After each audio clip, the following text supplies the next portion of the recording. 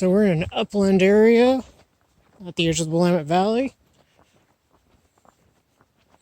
So we might find some upland snake species, maybe some lizard species.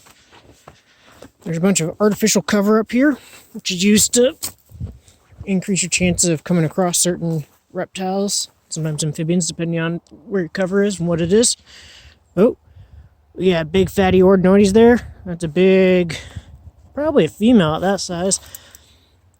So that's Thamnophis ordinoides, the Northwestern Gartersnake.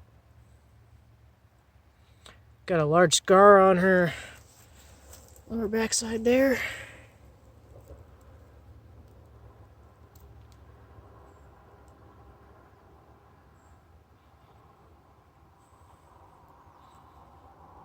Got a little ant's nest over there.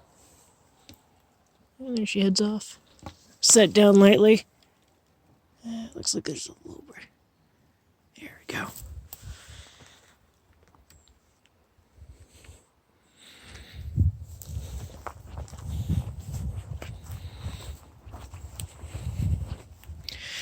It's in the high 50s, around 60 degrees right now, and it's been cloudy all day. Oh, there's a Southern Alligator Lizard there.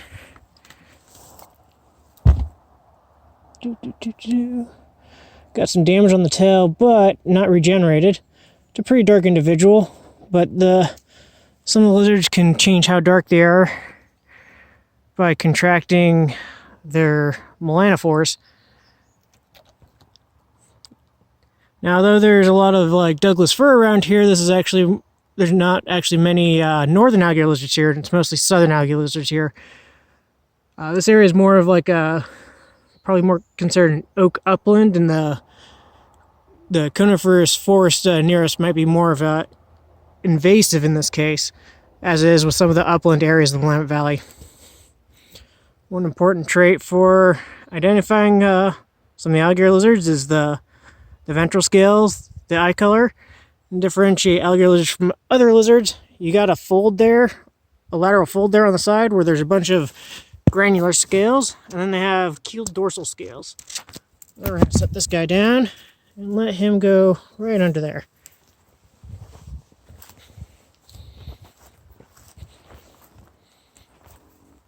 So we're going to flip this. This is corrugated metal here. That's kind of a woody substance, and then the previous one was also wood. But metal is a very common type of artificial cover. We got another southern alligator lizard here, and some of those carpenter ants. Also got a full tail.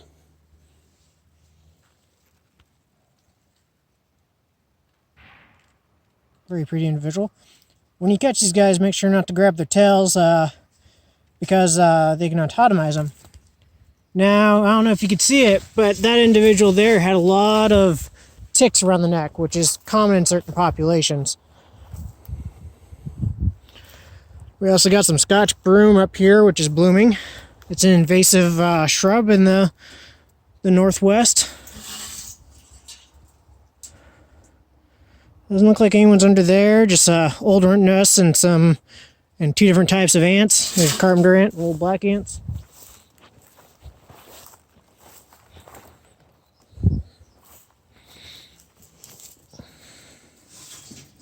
Oh, we got an adult vole there. Hey, baby, you're big. And a bunch of small little black ants.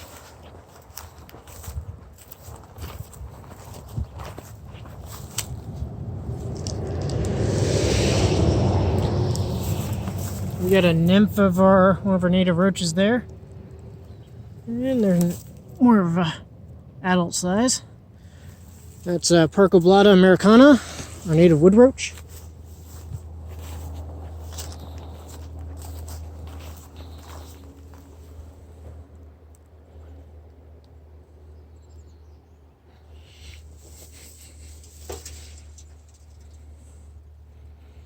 And it just looks like some small black ants there. Oh, no, there's a southern alligator lizard over there with a regenerated tail. You can see the yellow eye on this one pretty well. We'll set this down slightly. Come on. Actually, there's some sharp edges there. We might... Yeah, there we go. Try to shoo him back towards that tin there.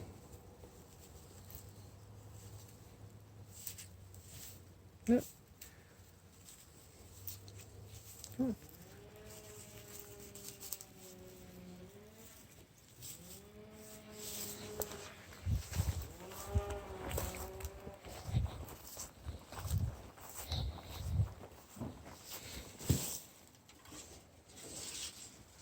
Oh, there's a big Southern Alligator Lizard there. Some nice red on him, full tail.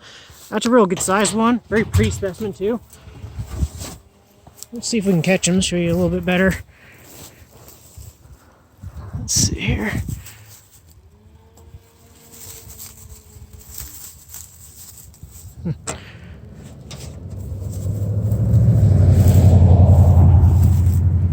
I may have ducked down the hole. That was a very nice specimen, though. Don't get to see him that big too often. We got a rose bush here. It might be one of the non-native ones. We do have a lot of native wild roses. Got some ants there. An old nest. Let's see here.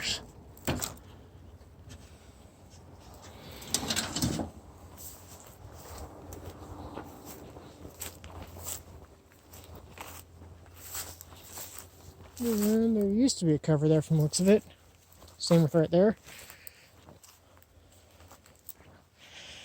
We also got poison oak leafing out right here. Something to be careful of when you're out in the field.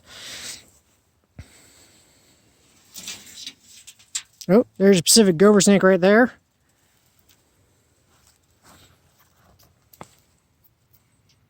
Just slightly coming out of that old rodent's nest. Now he's sliding back in. And we're not going to mess with you, dude. Sorry about that. Some more ants' nests that are going on there.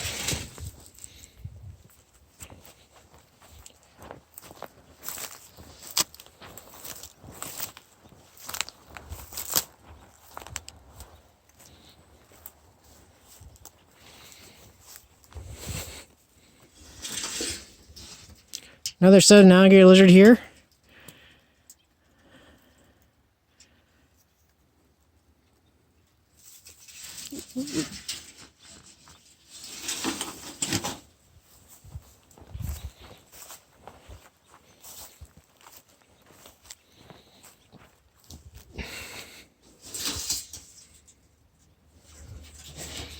We have an rodent's nest here, and we have a Nightstalking tiger beetle there.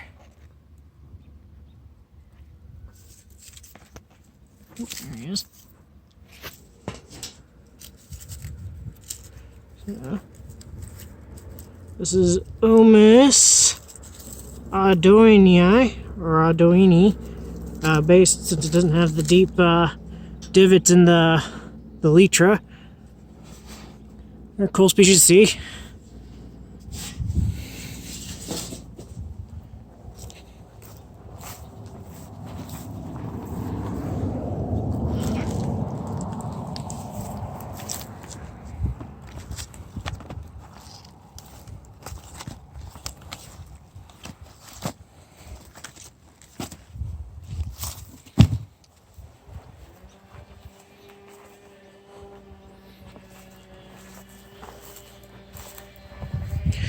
There's a wood coverboard, plywood.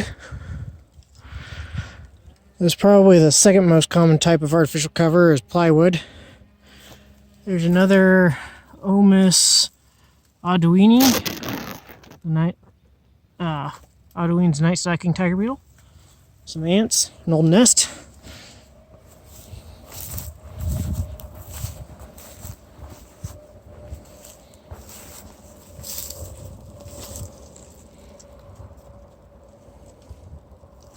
Nothing under that from the looks of it.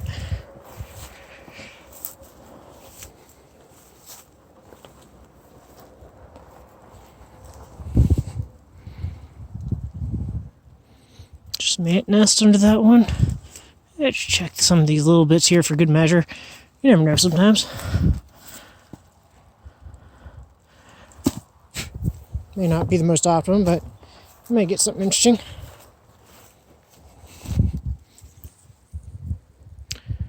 A bunch of ant nests under that one. There's where we started, so we're kind of coming back around. We're going to hit this top row up here.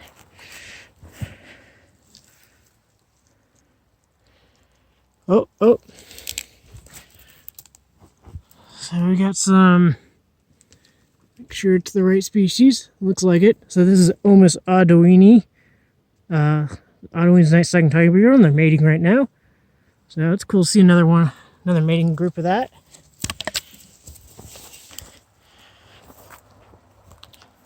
And we got here our native iris. This is Iris tenax, also known as organ iris and tough leaf iris. It's blooming, as you can see. It's sometimes good to take note of plant phenology, because sometimes it's a better indicator of actually what time of year it is for the organisms rather than the calendar date. So if you have a particularly cold year, things might come out a little bit later and things might bloom a little later.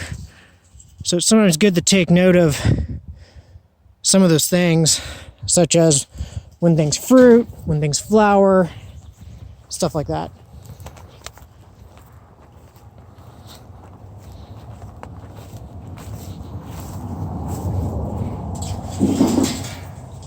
Oh, we got a rubber boa here. So this is Charina bottae. And based on the spur size there, which you can see in the camera, it's a male.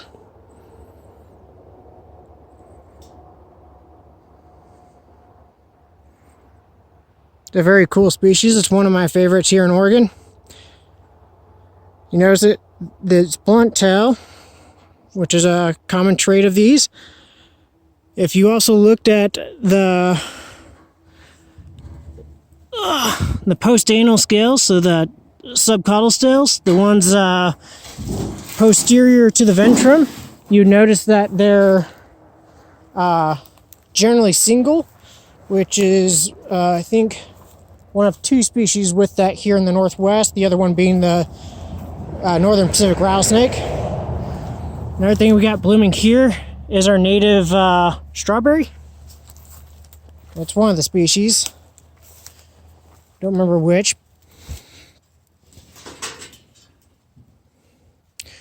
Just a carpenter ant nest and an old rodent nest from the looks of it.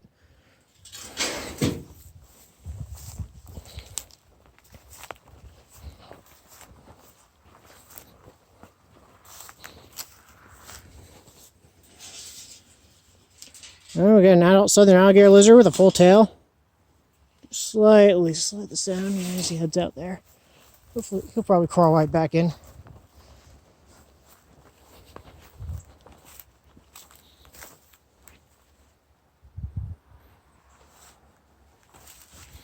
Got some bracken fern coming up. It's a deciduous fern here in Oregon. Nobody under this one.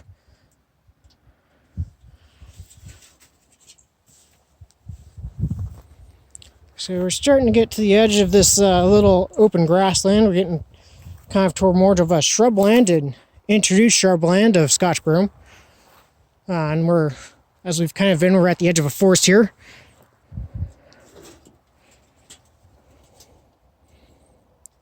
Nope, nobody under that one.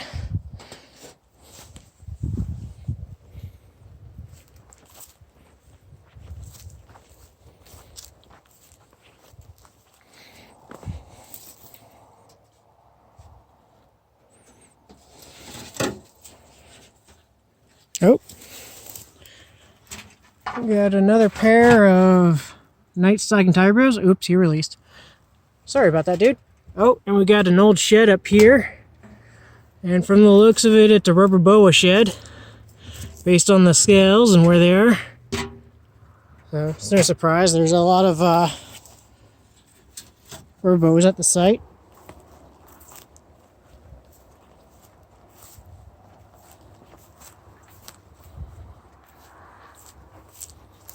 Got another tin here.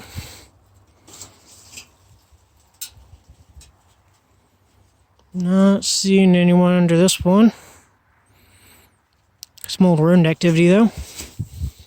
And we got a plant blooming over here, a tree, which, based off the looks of it, it's Saskatoon.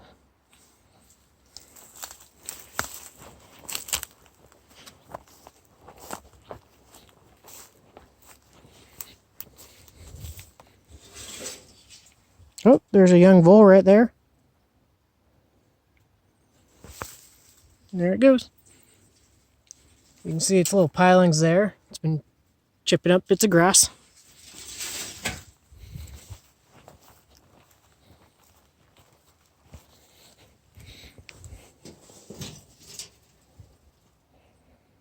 Don't see anyone under this guy. As it gets later in the year, you'll have to worry about wasp nests when you flip these sometimes. Because sometimes the paper wasps and stuff like that will build nests under them. And if you're like me and allergic, it can be a hazard. But generally, if you're not allergic, it's not too big of a deal, other than quite a painful nuisance at times. And we got some rodent activity there.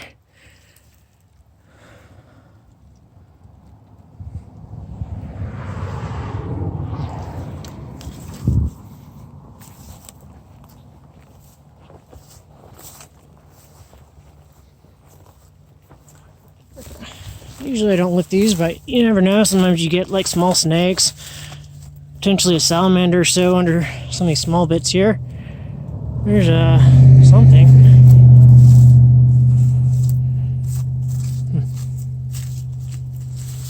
Oh, Nightstalking tiger beetle, Audouins. Another tin here. Although I say tin, it's just corrugated metal. We got a rodent nest here. No one inside of it.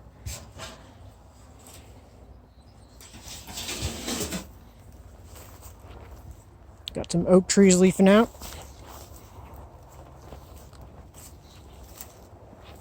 Along with some poison oak leafing out.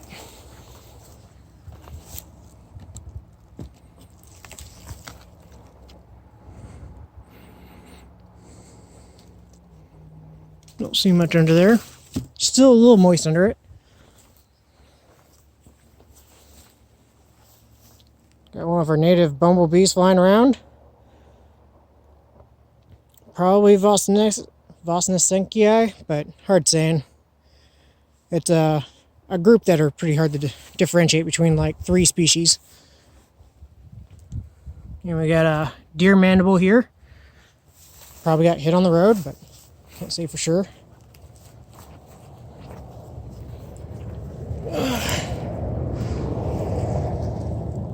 It's pretty moist under this one. We got an interesting spider there. Not a little ants. There's a velvet mite in there.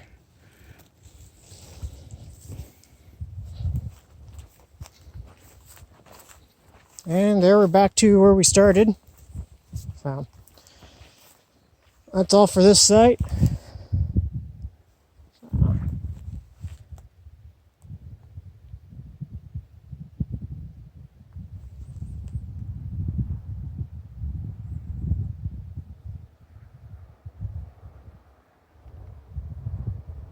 Until next time.